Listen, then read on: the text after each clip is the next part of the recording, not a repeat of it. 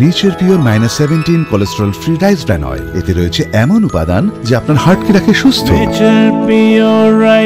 আপনার হৃদয় সত্যিকারের বন্ধু।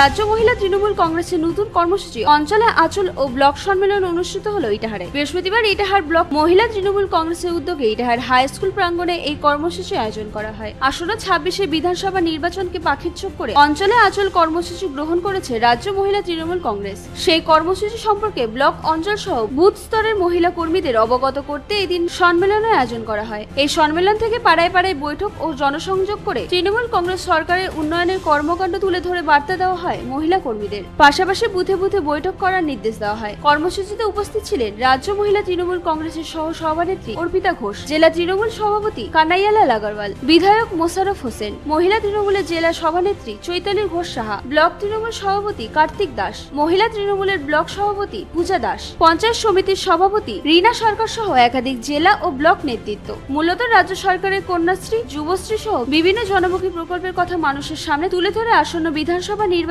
তৃণমূলের হাত শক্তিশালী করতেই মূলত অঞ্চলে আঁচল কর্মসূচি আয়োজন বলে জানা যায়।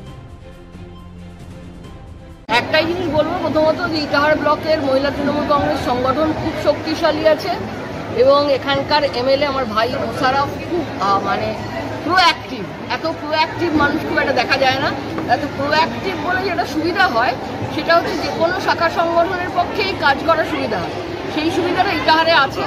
এবং ইটাহারের রেজাল্ট এমনিই ভালো, লোকসভাতে আমরা এখান থেকে একটা ভালো লিড পেয়েছিলাম এবং এর আগেও আমাদের যখন বিধানসভা হয়েছিল মোশাররফ প্রায় 45,000 ভোটে জিতেছিল।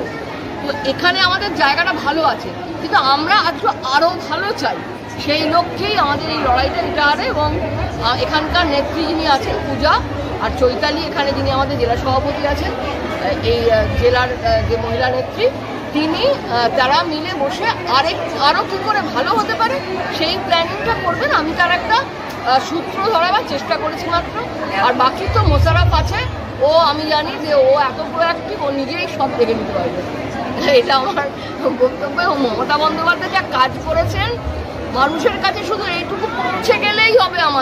আমরা গিয়ে দাঁড়ালেই বলবেন যে হ্যাঁ হ্যাঁ দিদি করেছেন, আমরা জানি সব বাড়িতে মানুষ কোনো না কোনো উন্নয়নের ছাপ পৌঁছে গেছে মমতা বন্দ্যোপাধ্যায়। ন্যাচারালি আমার মনে হয় যে এটা খুব একটা বড় ইস্যু নয়। আমরা করলাম, সকলে এসেছে, এখানকার মহিলারা অসম্ভব ভালো, এর ফলে এতক্ষণ ধরে একটা মিটিং চালানো যায়।